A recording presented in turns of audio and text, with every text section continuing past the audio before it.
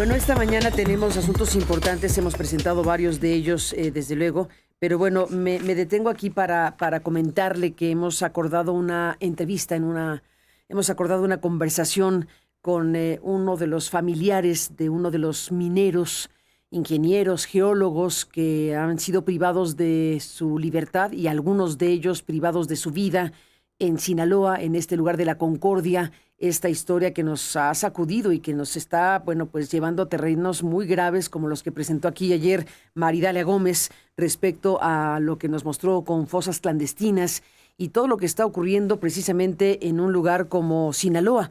Están los casos que hemos mencionado aquí, también desde luego el caso de las personas desaparecidas en Mazatlán el pasado 3 de febrero. También es un caso bastante preocupante el de las desapariciones de Mazatlán del 3 de febrero. Está, por supuesto, el caso de los 5 jóvenes que han desaparecido y que le reportamos más temprano también en Sinaloa. Así que estamos frente a un fenómeno bastante inquietante ya por muchos años, pero en estas últimas fechas, pues con una circunstancia propia de una confrontación intestina del cártel de Sinaloa, una confrontación intestina entre los Chapitos y la Malliza, y todo lo que esto ha derivado para el estado de Sinaloa, una vez que su fundador y líder principal, el Mayo Zambada, pues se encuentra ya en Estados Unidos, como sabemos. Esta entrega, este engaño, esta captura, lo que finalmente sucedió con el Mayo Zambada en algo que nadie hubiera imaginado que ocurriera como ocurrió, pues está generando una situación de esta naturaleza. Y entre las cosas que estamos viendo, pues están estos episodios que se puede presumir, o que los expertos o la observación puede presumir que se pueden estar relacionando precisamente con este contexto de disputas criminales. En el caso de los mineros, ingenieros, geólogos, bueno, pues ayer Omar García Harfuch dijo que ya han detenido gente, y que en las primeras declaraciones, no es que lo haya afirmado él, dijo que en las primeras declaraciones han dicho las personas detenidas que se trató de una confusión en el caso de los ingenieros y geólogos y trabajadores técnicos de esta minera canadiense. Bueno, vamos a conversar después de la pausa con Jaime Castañeda. Jaime es abogado y además de ser abogado y pues representante de una víctima indirecta, que él mismo lo es, pero su cuñada también lo es. Él es hermano de José Manuel Castañeda, uno de los trabajadores de la mina, uno de los especialistas de la mina que desaparecieron. Hablaremos con Jaime y escucharemos lo que nos tenga que decir sobre qué es lo que saben las familias, qué es lo que pueden contar, qué llamado tienen en un momento tan difícil como el que están atravesando ellos, y debemos sumarnos con ellos como sociedad. Después de la pausa, volvemos con esto y más.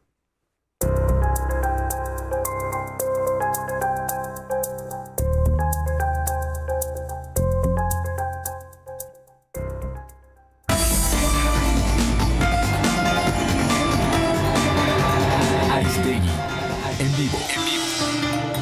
Continuamos.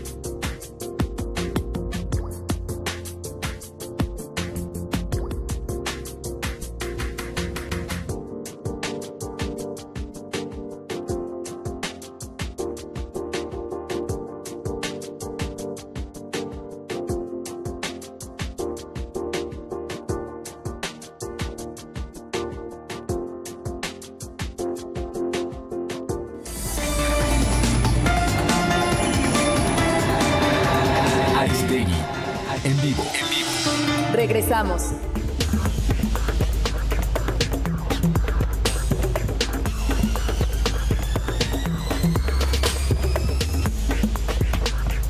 Hemos ido conociendo a través de las comunicaciones de las asociaciones de mineros, de geólogos, de especialistas en la materia que se han manifestado en estos días con motivo de esta desaparición, de esta privación ilegal de la libertad de 10 ingenieros, geólogos, trabajadores técnicos de una minera canadiense de Vizsla Silver Corporation. Y bueno, pues hemos podido aquí compartir con el público los nombres de las 10 personas, pues con el ánimo de que esto también pueda ayudar a buscarlos, a tratar de identificar en dónde se encuentran. Y bueno, pues en este caso lo que hemos también podido reportar es la información de las autoridades que han hecho la búsqueda, que han encontrado fosas clandestinas y que en estas fosas clandestinas han encontrado 10 cuerpos, 5 de los cuales han sido identificados como parte de este grupo de los ingenieros y mineros de esta empresa Vizsla Corporation. Vizsla Silver Corporation. Tenemos esta mañana la oportunidad de conversar con Jaime Castañeda, abogado Jaime Castañeda, es hermano de José Manuel Castañeda. José Manuel es ingeniero en geología y es una de las personas que se encuentra privada de la libertad en este contexto. Jaime, gracias por tomar la comunicación, gracias por estar aquí.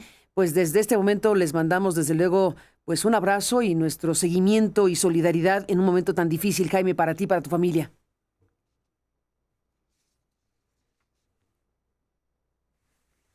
Jaime, ¿me escuchas? Hola, Jaime. Sí, claro. Buen día, Carmen. Buen Buenos día. días. Gracias, Jaime, por estar aquí. Bueno, pues queremos saber en este momento, como hermano, como abogado, como familia de una de las personas que se encuentra privada de la libertad, ¿qué saben al momento, Jaime? ¿Qué pasó? ¿Qué información podrían compartir? Bueno, mira, es duro ahorita en estos momentos pues estar ya hablando, ¿no? A medios. Mi hermano ya lo encontramos, mi hermano ya fue identificado. El día de ayer, pues fue ya su entierro. Pues es complicado, es difícil. Sí, por supuesto que sí, y lo entendemos perfectamente. Discúlpame que no teníamos este registro, que ya estaba identificado tu hermano. Lo lamento mucho que no lo tuve claro, pero evidentemente es una circunstancia tremenda. Es uno de los 5 identificados en el grupo de 10 que fueron hallados ya en estas fosas clandestinas. Se cortó un poquito tu audio, pero sí, mi hermano sí es uno de los compañeros mineros identificados el día domingo. El día domingo. Pues el día de ayer nos trasladamos a nuestro estado para poder sepultarlo. Pues lamentamos muchísimo, Jaime, lo que esto significa. Y nos seguimos preguntando qué sucedió aquí, porque estamos hablando de una minera canadiense, de un proyecto importante, de un proyecto grande, de gente especializada como tu hermano, de ingenieros, de geólogos, de algo que se está haciendo formalmente, de una empresa formalmente establecida, de profesionales en lo suyo. ¿Qué sucedió? ¿Qué pudo haber ocurrido? ¿Lo saben? Por las versiones que me daba mi hermano, sabíamos que era una situación difícil la que estaban viviendo allá los mineros, que en el mes de abril del año 2025 ellos tuvieron que suspender actividades por esa situación.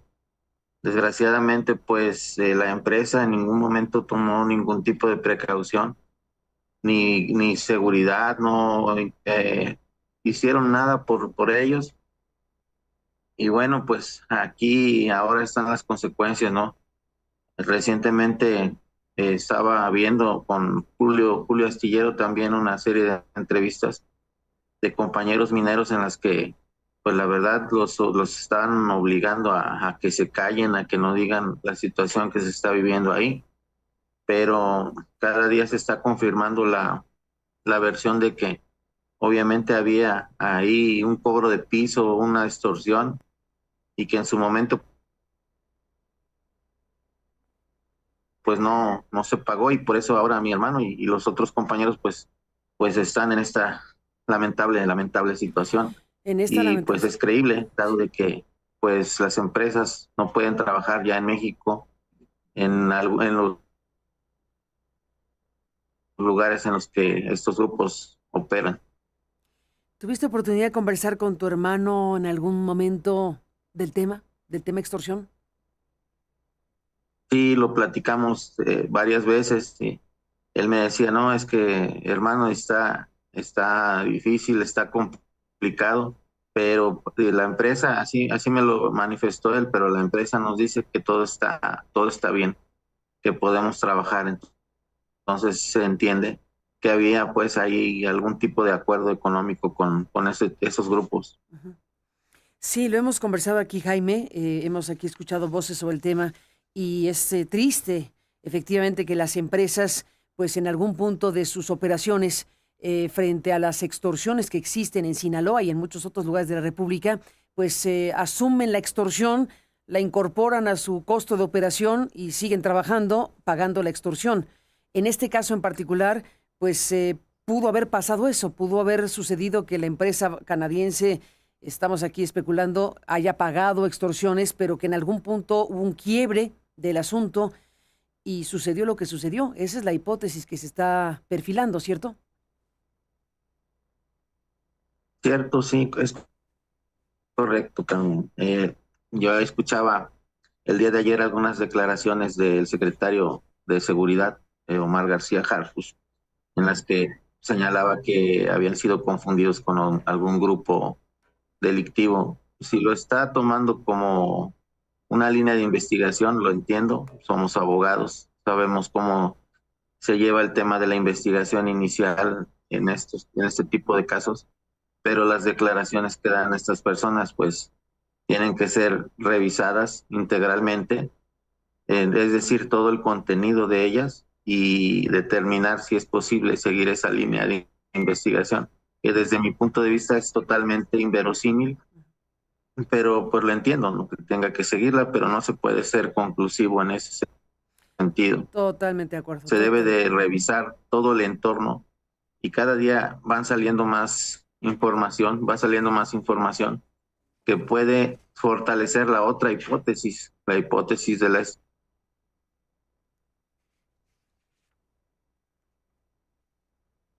Estamos teniendo una conversación con interrupción, intermitente la señal. A ver si podemos regresar La empresa, Jaime. Jaime, ¿sabes sí, qué? y Dame un como segundo, Jaime. Jaime, con este Jaime. tipo Jaime, ¿me de escuchas? organizaciones, Carmen, Jaime, ¿me es escuchas? penalmente responsable internacionalmente también Sí, por este Jaime. tipo, aunque haya sido por... ¿Me escuchas, Jaime? ¿Me escuchas, Jaime? Jaime, ¿me escuchas? Es que se cortó la primera parte de lo que nos estaba diciendo y quería retomar el hilo desde el principio. A ver si podemos hacer algo con el tema para que podamos tener la charla con Jaime Castañeda, hermano de José Manuel Castañeda, uno de los mineros que fueron privados de la libertad y de la vida, porque nos ha confirmado que su hermano es una de las personas que ya se identificaron como fallecidas, como muertas, asesinadas tristemente. Y bueno, pues estamos hablando con él, que es además asesor jurídico de Ángeles Velasco Acevedo, que es su cuñada, la esposa de José Manuel Castañeda. Bueno, pues él es víctima como hermano y además asesora jurídicamente a su cuñada, pues en un caso como este. Sí, yo coincido plenamente con lo que nos dice Jaime.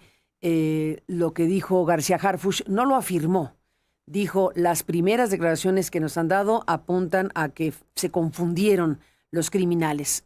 A Jaime le parece inverosímil, a mí también, pero es una línea de investigación y debe tener todas las líneas de investigación e irlas agotando para esclarecer qué ocurrió aquí. El tema de la extorsión es un tema principalísimo y debe la autoridad mexicana tener el tema de la extorsión como un eje principalísimo para su investigación. La que tendrá que colaborar, que no ha hablado del tema en específico sobre el asunto de las extorsiones, es la propia empresa canadiense. Probablemente está colaborando y no se está dando a conocer públicamente esta colaboración. Se puede entender para no entorpecer las propias investigaciones, pero uno puede imaginar cuánto puede decir la empresa canadiense si la hipótesis de la que estamos hablando se confirma. Si la empresa canadiense, como otras empresas nacionales o extranjeras, asumen y aceptan, porque no les queda de otra, la extorsión, la incorporan en sus costos de operación y siguen adelante.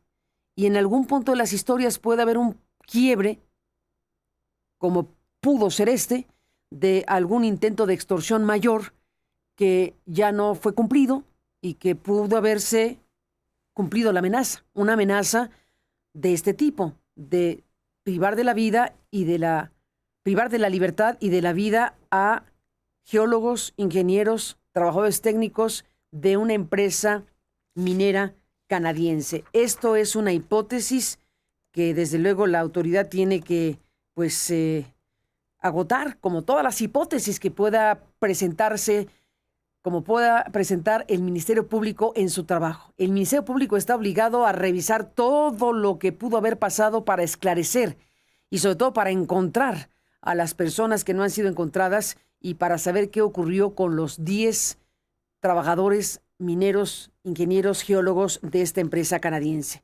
Estamos conversando con Jaime Castañeda, hermano de José Manuel Castañeda, uno de los mineros que desaparecieron y cuyos restos fueron encontrados lamentablemente. Ya vemos ahora algunas imágenes de los familiares como Jaime, amigos que le han dado pues la despedida a José Manuel Castañeda. Esto ocurrió en Taxco, las imágenes que vemos son en Taxco y pues sí, estamos viendo cómo se acompaña la despedida de este ingeniero en geología que vivió lamentablemente esta circunstancia que le costó la vida y que lo lamentamos muchísimo y nos sumamos a la exigencia de que este caso sea esclarecido y de que los autores de este crimen sean llevados ante la justicia.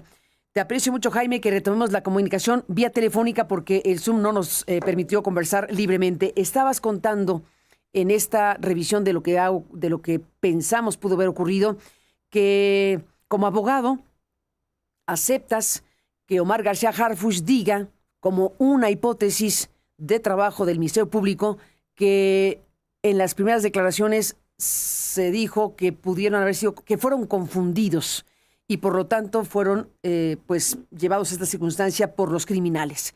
Pero tú como buen abogado estás diciendo esto pues no es verosímil, pero entiendo que lo pongan como hipótesis. Y estabas Sí, hilando, claro. pero se cortó la comunicación. ¿Podrías regresar al punto de origen y escucharte de nuevo en la explicación segunda de Sí, las claro. extorsiones? Claro, sí, pues estábamos comentando que en algún momento si existe una extorsión hacia una empresa, obviamente la empresa es responsable, aunque sea por medio de coerción.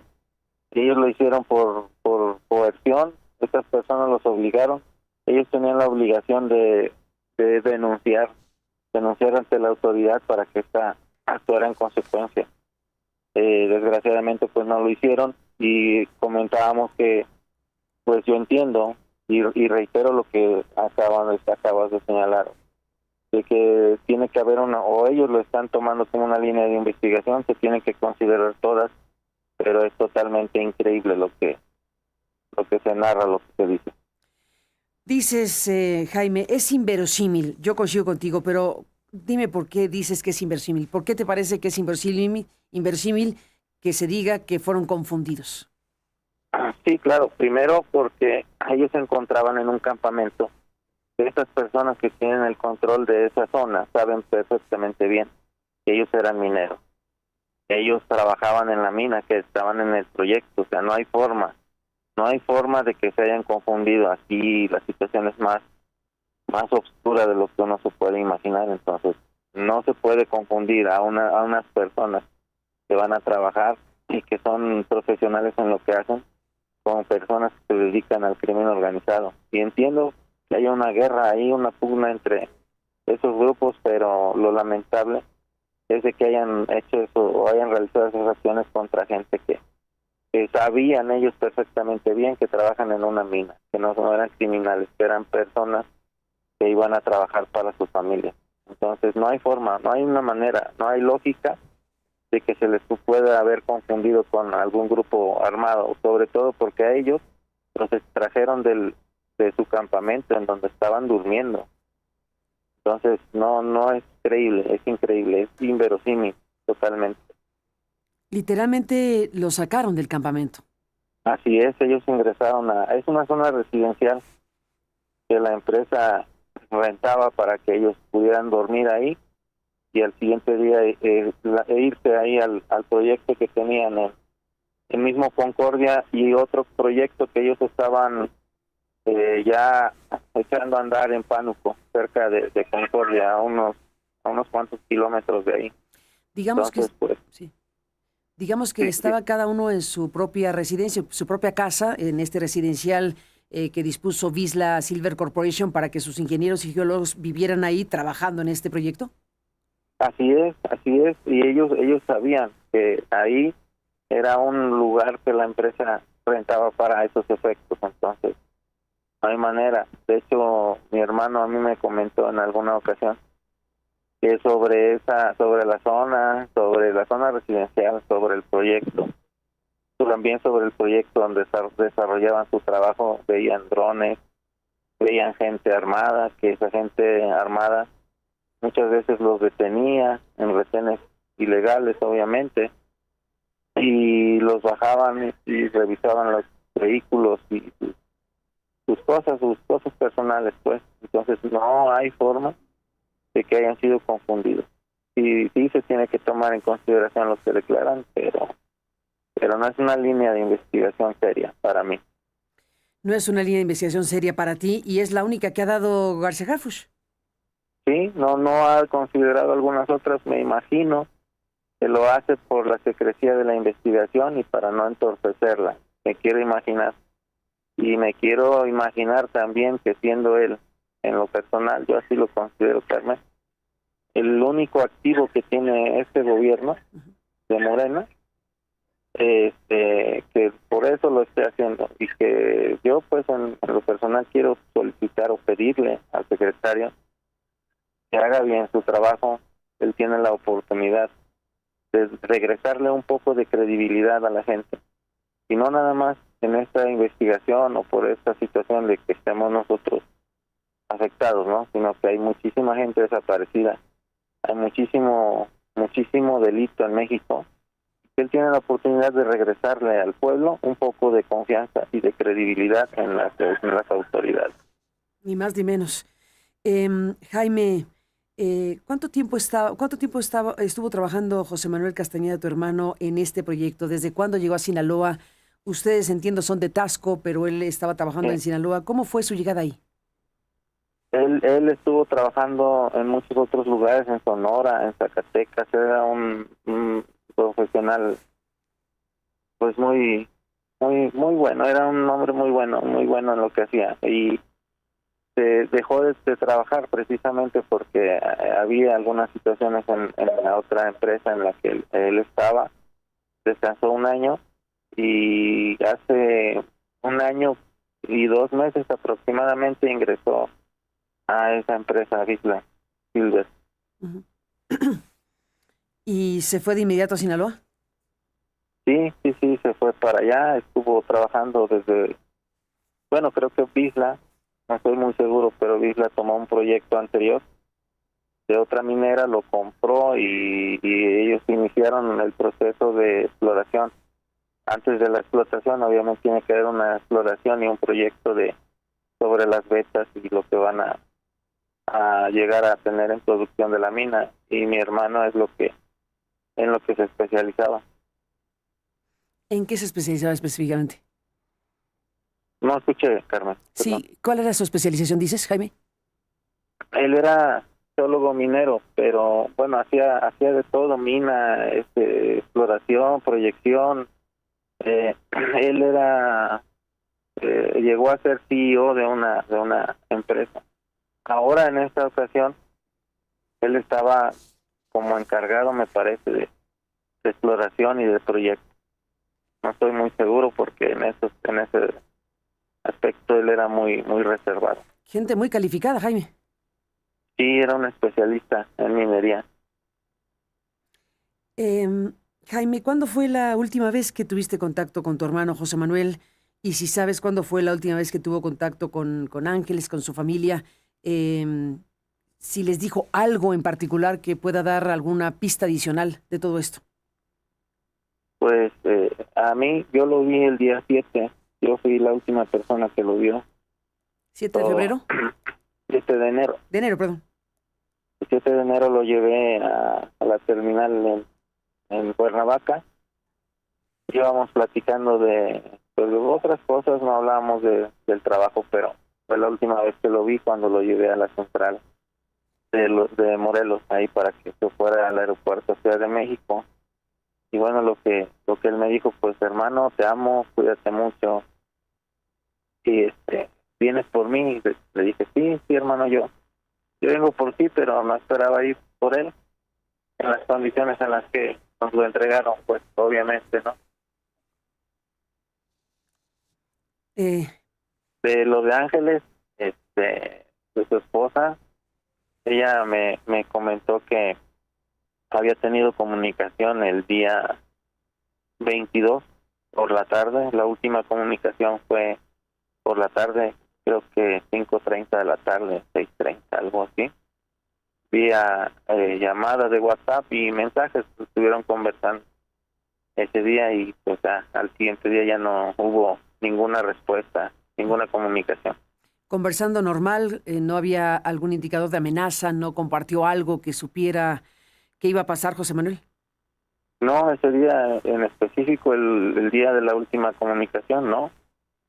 Había otros antecedentes por ahí de situaciones complejas. De hecho, un compañero de él menciona que la misma empresa los estaba obligando a regresar a trabajar porque habían enviado personal a sus casas y solamente se habían quedado los 10 compañeros que estaban ahí en Concordia. Y un compañero le mencionaba a mi hermano que le estaban requiriendo regresar, y mi hermano le contestó que quién le estaba diciendo eso. No, pues que los directivos. Y mi hermano le comentó, él le dijo, no regreses, no vengas a la mina, lo que vayas a hacer envíamelo por correo electrónico. Y pues de cierta manera el compañero pues nos decía decía a medios, porque eso yo lo escuché en medios, que pues mi hermano les había salvado la vida prácticamente, ¿no? Porque pues si no les hubiera dicho que se quedaran en sus hogares, pues también creo que hubieran corrido la misma suerte.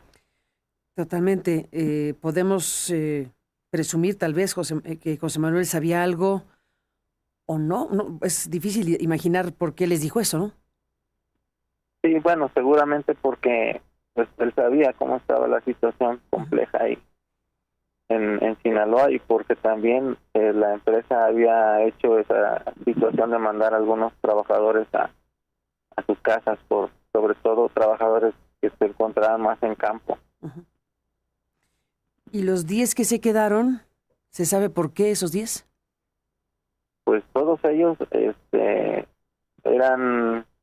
había personal técnico, personal de exploración, algunos de seguridad y no sé, algunos otros que pues a lo mejor tendrían que estar ahí en labores de oficina, me imagino, pero era todo un equipo técnico y especializado en minería el que se encontraba ahí. Muy capaz, eran los mejores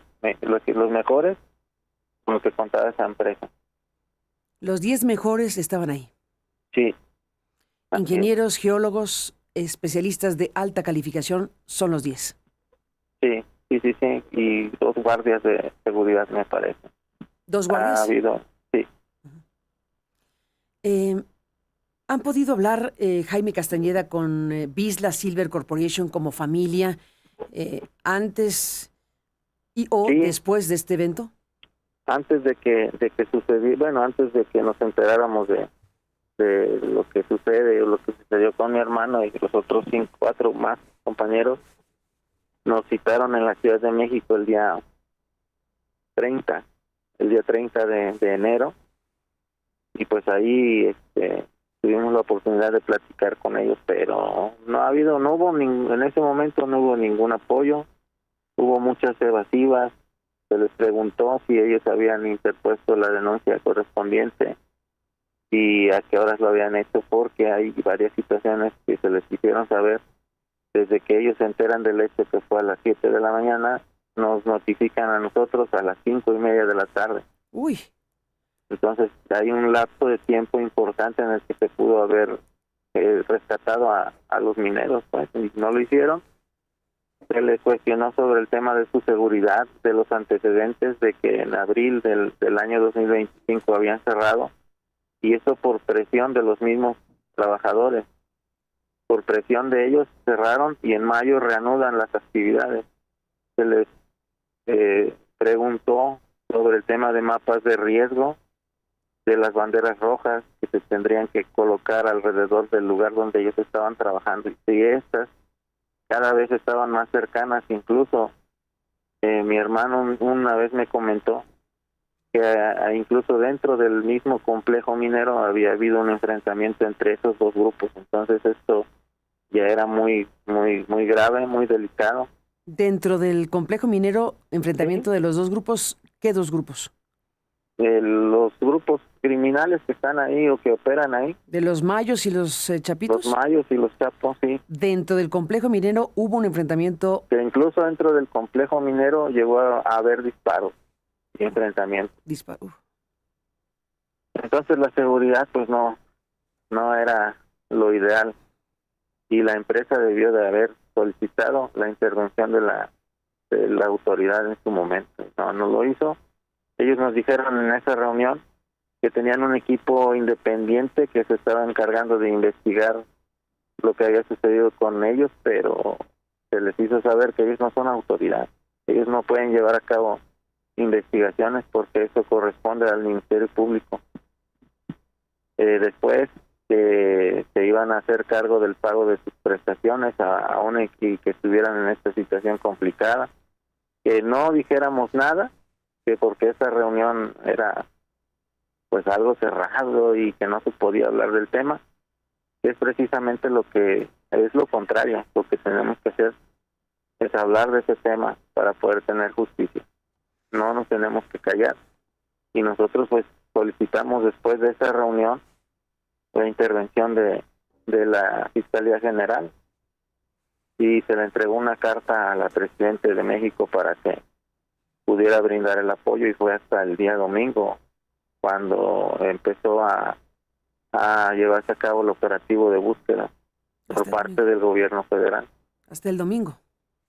Sí, 31 y el día 1 ya se desplegó ya el operativo para poder buscar a nuestros familiares. ¿El día en que se supo del asunto fue cuál entonces? Cuando supo que nosotros, sí, o sea, familia, el día que se tuvo noticia de que habían sido privados de su libertad. El día 23, la empresa nos envió mensajes a las 5:30 de la tarde que ese mismo día, a las 7 de la mañana habían ingresado un comando armado a esta zona residencial y se había llevado a 10 compañeros de la empresa. Primero nos dijeron que habían sido 5, después que no, que habían sido 6, después que no, que ya eran 10. Pues ha habido una serie de imprecisiones de la empresa, no hay una cooperación de la empresa con la autoridad, ha habido muchas evasivas. Nosotros pues estamos trabajando en eso, y bueno, más adelante va a haber alguna situación ahí. ¿Van a proceder legalmente? Sí, claro que sí. Vamos a proceder legalmente porque la empresa ha sido evasiva, porque no ha cooperado con la autoridad, porque desde un principio, cuando nosotros interpusimos la denuncia en el estado de Guerrero, dentro de las solicitudes de actos de investigación a realizarse, están precisamente que la empresa proporcione los videos, y es que hay ahí un sistema de vigilancia que ellos confirmaron en la reunión que sí contaban con un sistema de videovigilancia. No han proporcionado esas cámaras, el contenido de esas cámaras, no han proporcionado la información sobre los vehículos, y contaban con un sistema de GPS, y tampoco han presentado las bitácoras y listas de personal. En ese momento, en el proceso de investigación inicial, como asesoría jurídica, se le solicitó a la gente del Ministerio Público. Entonces, ha habido un desinterés total de la empresa una falta de empatía total, de humanidad también, e incluso diría que hasta sin vergüenza de ahora publicar o subir en medios de comunicación una carta en la que expresa sus condolencias por los mineros desaparecidos, cuando jamás se han hecho responsables de lo que deben de hacer. Eso en el tema penal. En el tema civil también vamos a interponer una demanda por responsabilidad civil objetiva, y si es necesario pues vamos a llegar hasta la Convención Interamericana de Derechos Humanos, a la ONU y pues incluso a la Corte Penal Internacional, si esto no se resuelve en México.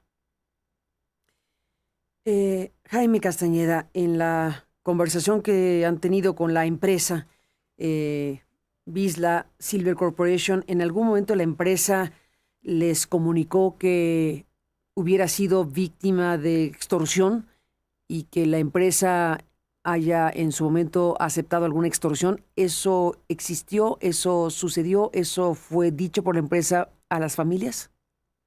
Sí, nos dijeron que no sabían el motivo, que era algo muy raro, que era algo increíble que hubiera sucedido, que se habían llevado a los compañeros y se les comentó, se les dijo, se les cuestionó sobre si había algún tipo de amenaza o un cobro de piso, y ellos lo negaron. Así categóricamente dijeron que no había ningún cobro de piso, que no había amenazas previas, que no había absolutamente nada, que todo era maravilloso en la mina. Entonces, no, sin tomar en consideración que nosotros como familiares pues obviamente hablamos con todos ellos, y ellos pues tampoco cargaban con esa información, sino que también nos los decían. Sabíamos cómo se estaba moviendo ahí toda la situación, ¿no? Pero ellos sí lo negaron, y bueno, pues siempre lo han hecho de esa forma desde un principio.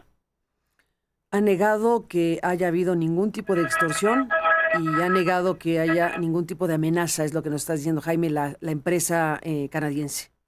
Sí, lo han negado totalmente, pero pues es obvio que ninguna empresa va a trabajar en un lugar que controla el crimen organizado sin ningún inconveniente, durante más de un año y medio, 2 años. Entonces, pues es obvio que ha habido amenazas, es obvio que hay un cobro de piso, es obvio, por lógica, existe una situación de esas, aunque la empresa lo niegue.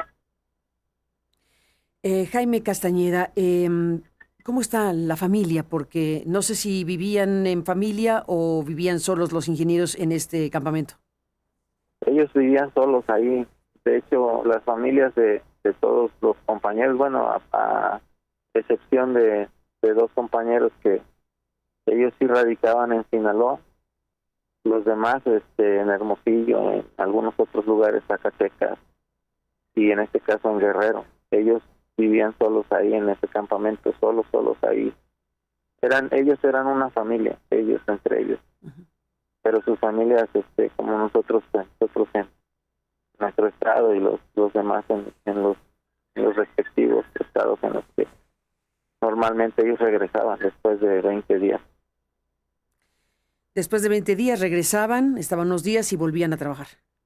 Ellos trabajaban 20 días corridos, nos decían así: yo voy 20 días corridos y 10 días vengo para descansar aquí con la familia, y pues bueno, en este caso Manuel se la pasaba aquí con su esposa, sus niños y con mis padres, y pues convivíamos entre hermanos también.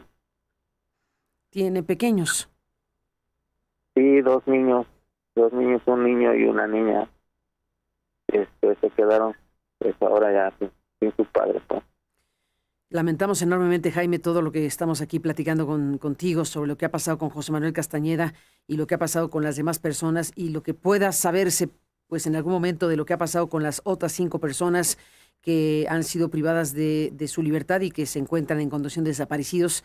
Estamos, sí, Jaime, frente a un panorama verdaderamente trágico, tremendo, triste, y tristemente sabemos que México lleva demasiados años con violencia extrema, con circunstancias inadmisibles. Te aprecio mucho este tiempo que nos das para escucharte de forma directa. Te aprecio mucho que compartas con el público de este programa y de este espacio lo que nos estás diciendo, Jaime. Déjame pedirte para cerrar un mensaje tuyo.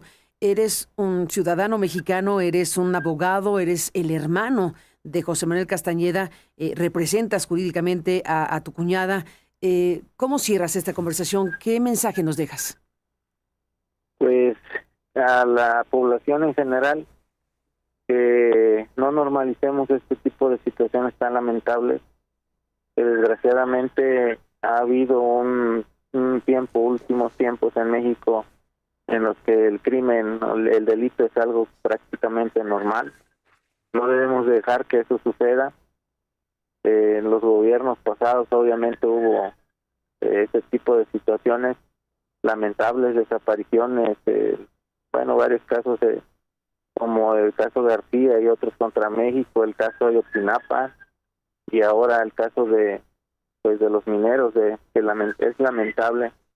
Pero en el caso de estos últimos 7 años, Carmen, el aumento en los delitos de este tipo, en crímenes, en inseguridad, es totalmente alarmante, y es lastimosamente una situación que no se reduce. Y creo que en cuanto al gobierno también me gustaría mandarle un mensaje y también decirles que es su responsabilidad como Estado, como primer principio, brindar seguridad a los ciudadanos, que nos están fallando de manera importante, que sus políticas públicas han sido erróneas, que al combate, al crimen se le combate, al crimen no se le apapacha. Los abrazos deben de ser para las familias, para los ciudadanos, y como decía Carlos Manso, perdón, pero literalmente así lo decía, los madrazos y los chingadazos son para los criminales, para los delincuentes, para los que matan niños y para los que matan gente inocente. Como población tenemos que reflexionar y tenemos que hacer un análisis si es el país que nosotros queremos. Gracias, Carmen. Jaime, te mandamos un fuerte abrazo. Gracias por estar aquí. Un abrazo, Carmen. Gracias, Jaime Castañeda, hermano de José Manuel Castañeda, ingeniero geólogo que fue encontrado muerto en una de las fosas clandestinas en este lugar en donde han quedado estos trabajadores especializados, capacitados, calificados al final de cuentas en estas tareas de minería. Y bueno, pues Jaime Castañeda nos ha dado toda esta entrevista, esta explicación de lo que hasta el momento se sabe y de cómo considera inverosímil la hipótesis del Ministerio Público Federal de que pudieron ser confundidos. Es inverosímil para él, lo explicó con mucha claridad. Y bueno, pues está el tema de prácticas de extorsión no reconocidas por la empresa. La empresa, pues como lo ha explicado Jaime, la empresa al hablar con las familias no reportó, no compartió ninguna circunstancia vinculada con extorsión o amenazas. Y entonces que todo estaba bien con el complejo minero y que no entienden lo que pasó. Eso es lo que nos ha contado Jaime sobre la postura de la empresa y ha dicho cosas muy graves. Bueno, todo es grave, todo es gravísimo, pero también ha dicho que la empresa no ha colaborado, no está colaborando. Lo que dice el abogado y hermano de este ingeniero es que no han presentado las imágenes de las cámaras, no han presentado las bitácoras, que no están colaborando con elementos que el complejo minero tiene que aportar sí o sí a una investigación del Ministerio Público Federal. Esto es lo que acabamos de escuchar que dijo una de las personas que mejor puede hablar del tema, porque pues se trata del hermano de una de las víctimas que ha perdido la vida de esta inadmisible manera. Descanse en paz el ingeniero José Manuel Castañeda y descansen en paz los demás mineros y geólogos cuyas vidas se han perdido en esto que tiene que ser sí o sí esclarecido. Y los que aún se encuentran desaparecidos, encontrados con vida, esa debe ser la exigencia fundamental.